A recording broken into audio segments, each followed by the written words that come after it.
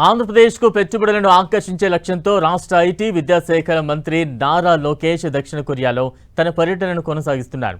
ఈ పర్యటనలో భాగంగా ఆయన ఇవాళ సియోల్ నుంచి ఆ దేశ వాణిజ్య నగరమైన బుసాన్కు రైలులో బయలుదేరి వెళ్లారు. బుసాన్లో ఆయన పలు కీలక కార్యక్రమాల్లో పాల్గొనున్నారు.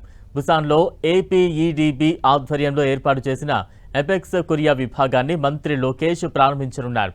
రాష్ట్రంలో పెట్టుబడులు పెట్టాలనుకునే కొరియా పారిశ్రామికవేత్తలకు ఇది ఒక సహాయక అనుసంధాన కేంద్రంగా పనిచేస్తుంది.